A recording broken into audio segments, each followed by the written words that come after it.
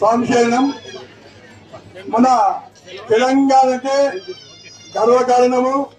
ఎంతో అదృష్టం ఉంటే గాని తెలంగాణలో ఇలాంటి దేవాలయము మొట్టమొదటిసారిగా శబరిమలై విధానాన్ని ఎన్నో గుళ్ళు ఉన్నాయి, ఊరికో గుడి ఉన్నది, కానీ మన తెలంగాణలో మొట్టమొదటిసారిగా ఇక్కడికి వస్తుంటే మనం శబరిమలై పోతున్నామా అని అనిపించింది.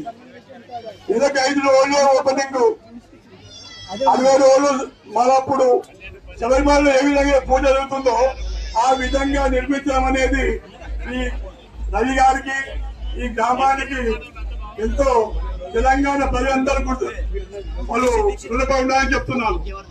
అయితే ఈ విషయము భారతదేశంలోనే 2వ దేవాలయం చెప్పడం కూడా మనకెంతో గర్వకారణము. ఇప్పుడు శబరిమలలో రావద్దు అంటారు. ఎందుకంటే మన సొమ్ముతోని మన డబ్బుతోని కేరళ ప్రభుత్వం వాళ్ళు బాగుపడుతూ మన కనీస వసతులు ఏర్పాటు చేయట్లేదు. అలాంటి విధానంతో జరిగే పూజలు, అలాంటి విధానంలో జరిగే గుడికి మనం ఇక్కడనే ఇరుముడించుకొని ఇక్కడనే మాల చేసుకొని ఏదో సమయంలో పోయి దర్శనం చేసుకుంటే నాకు డబుల్ పుణ్యం వస్తుంది. అక్కడ దర్శన భాగ్యము, ఇక్కడ ఇరుముడి పుణ్యము 2 వస్తాయి. కనుక అందరూ దీన్ని గుర్తించుకొని గురుస్వాములు కూడా అందరూ దీన్ని ఎంకరేజ్ చేయాలి. అక్కడ పోయి మనం ఇబ్బంది పడేదానికన్నా శబరిమల విధానం జరిగే పూజలు అలాంటి దేవాలయం ఉన్నందున ఇక్కడ సాములంతా ఇక్కడ ఇరుముడప్ప చెప్పి ఏదో సమయంలో దర్శనం చేసుకోవాలి. ఇంకోటి అయ్యప్ప సాములకు సులభనవకాశం 12/12/2026. ఇది ఏంటంటే హిందూ ధర్మం నశిస్తున్న సమయంలో అయ్యప్ప మాలతోని ప్రతి గ్రామంలో హిందూ ధర్మం అనేది మళ్ళీ ఎంతో అభివృద్ధి చెందింది. ఒక్క ఇంట్లో 10 మంది ఆ ఊరు, గ్రామము, దేశము ఇలాంటి విషయాలు జరుగుతున్న సమయంలో 18,000 మందితోని, అంటే చిన్న ముచ్చట కాదు, 18,000 ఆశించు చిన్నగానే దాన్ని ఆర్గనైజ్ చేయడం కానీ, దాన్ని ప్రోగ్రామ్ చేయడం కానీ 1 సంవత్సరం ముందు నుంచి గురుస్వామి గారు దీని గురించి బాధపడుతున్నారు, దాని గురించి శ్రమిస్తున్నారు. ఎంతమంది చేస్తే 18 మంది అవుతుంది. ఆ వాక్యం కూడా మన తెలంగాణకు ప్రజలకు దక్కడం అనేది మన పూర్వజన్మ సుకృతంగా భావిస్తూ గురుస్వామి గారికి ఈ ప్రోగ్రామ్ మన తెలంగాణలో ఏర్పాటు చేసేందుకు వారికి పాదాభివందనం తెలుపుతున్నాను. ఈ ప్రోగ్రామ్ కు అద్వైతాచార్య శ్రీ ఉన్నికృష్ణ నంపూతిరి గారు, దీంట్లో 36 మంది 36 సంవత్సరాలు దాటిన గురుస్వాములకు, అంటే చిన్న జోక్ కాదు. ఒక్కసారి మాలేసుకున్నాము, 2 సార్లు మాలేసుకోవడం కాదు, కంటిన్యూగా 36 సంవత్సరాలు మాలేసుకోవాలంటే, ఒక ఇంట్లో మాలేసుకోవాలంటే వారి ఇష్టం సరిపోదు. భార్య ఒప్పుకోవాలి, చేసి పెట్టాలి. మనం అంటాం నేను మాలేసుకున్నాను, మేము మాలేసుకోవాలి. ఎందుకంటే స్వామి పోయి ఇంటికాంచి పోయి గుడి పోయి మాలేసుకున్న స్వామి స్వామి కన్నా గంట ముందుగా లేచి వాకిస్వామి చేసి ఇల్లు తుడిసి స్వామిని పంపించినాక, అంటే మనకన్నా గంట ముందుగానే మన కుటుంబ సభ్యులు దీక్షలో ఉన్నారు. మనకు మాలున్నది, వాళ్ళు లేకుండా మనతో పాటు సంతానం తీసుకున్నారు. ఎంత ఈజీ కాదు అనుకుంటాము.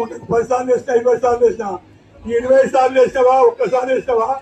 ఈ కృషి వెనుక భార్య, తల్లి, కుటుంబ సభ్యులు అందరూ మనతో పాటు ఇప్పుడు నాన్న ఇంట్లో ఉన్నారు, వాళ్ళు మొత్తం బంధువులు. ఇన్ని రకాలు చేసుకుంటే కానీ నీ దీక్ష పడ్డది ఒక్కరిది కాదు, అది కుటుంబ సభ్యులందరూ సహకరిస్తేనే కానీ అయింది. అలాంటి దీక్ష ఇప్పుడు మళ్ళా 360 సంవత్సరాలు గురుస్వాములను వీరందరినీ ఏకీవ చేసి 8,000 మందిని 12 ఈ కార్యక్రమానికి అందరూ సహకరించి సిద్దిపేట పక్షాన మేము కూడా మా వంతు పూర్తి సహకారాన్ని అందిస్తామని ఈ సభాముఖంగా ఆచర్యది. 500 నుంచి 1000 మంది ముందుకు వస్తున్నాము. ఒక్కొక్క విషయం ఏంటంటే అందరూ అనుకుంటారు మాలేసుకున్నా కాదు. ఇప్పుడు కూడా గురుస్వాములు దయచేసి ఇక్కడ ఇరుముడి చెప్పడానికి ప్రోత్సహించగలరు. అక్కడ వసతులు లేవు. మనము దీన్ని అభివృద్ధి అందుకొని మామూలు మంత్రి చేసుకుందాం. కనుక ఈ ఈ ఈ ప్రతిష్ట కూడా శబరిమల విధానంతోనే జరిగింది. మళ్ళా అదృష్టం ఏంటంటే వాళ్ళ వంశస్థులు పందరాజు వారు వచ్చి ఈ ప్రోగ్రామ్ లో పాల్గొనడము మనకు ఎంతో పుణ్యం ఉంటే కానీ కాదు. కొన్ని కోట్ల మంది ఉన్నారు, ఎంతమంది మాలేసుకుంటున్నారు. మన ఊర్లో 1000 మందులకు 100 మంది మాలేస్తున్నారు. అంటే వేరే వాళ్ళకి కాలం లేదు. మనం ఏ జన్మలో పుణ్యం చేసుకుంటే గానీ ఈ దీక్ష మనకు ఫలించదు, లభించదు, అది సక్సెస్ కాదు. కనుక అందరము అయ్యప్ప స్వామి వేడుకోతే ఒక్కటి మీకు చేతబడి చేసిర్రా, ఆచారం బాగాలేదా, ఏది అవసరం లేదు.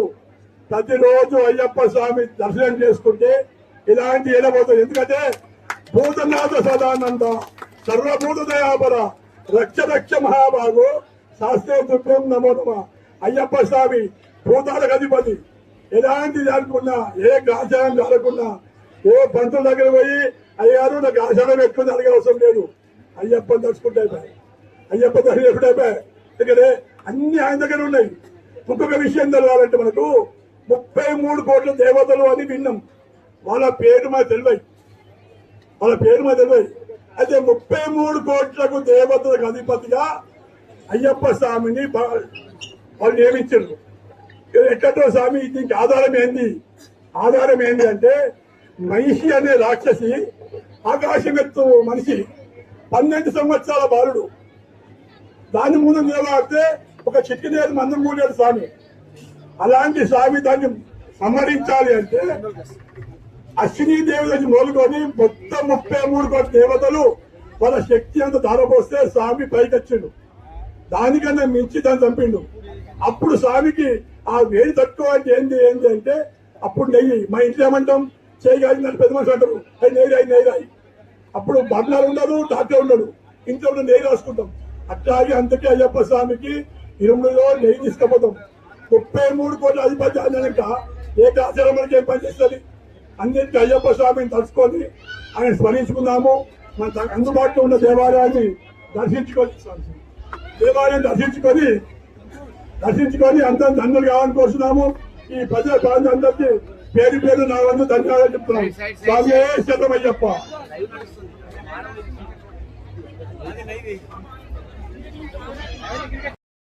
సార్ గారికి స్వాగతం స్వామి అనేది చాలా గొప్ప విషయం. ముఖ్యంగా జంగంపేట మండలంలో వాళ్ళు ప్రతి ఒక్కరికి ఎవరైతే మాల వేసుకుంటారో వాళ్ళకు అద్భుతంగా ఈ టెంపుల్ ఉపయోగపడుతుంది. సో డబ్బులంతా మాత్రాన ఊరికనే టెంపుల్ కాదు, సంకల్ప బలం బలంగా లేకపోతే దీన్ని ఎంతో మంది త్యాగం చేసుకుంటే ఈ టెంపుల్ ఇంత అందంగా ఇంత పవిత్రమైనగా తీర్చిదిద్దడం జరగదు. దీనికి బహుశా ఈ అయ్యప్ప సొసైటీ వాళ్ళందరికీ ప్రత్యేకమైన అభినందనలు, ధన్యవాదాలు. ఇలాంటి ఒక అద్భుతమైన ఆలయాన్ని ఇక్కడ నిర్మించినందుకు నా వంతు సహకారం మొన్న స్టార్టింగ్ లో ఉంది. ఇలా మనం జీవితాంతం బతుకున్నప్పుడు ఏదో విధంగా ఇలా సహకారం చేస్తుంటాం. తప్పకుండా ఎవరైతే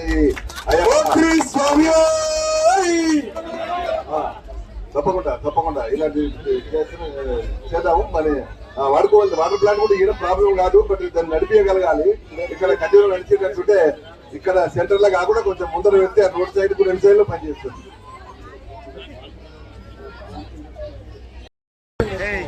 ఏదైతే మాల వేసుకున్నప్పుడు ప్రత్యేకంగా ఓన్లీ దింపి వాడుకోండి.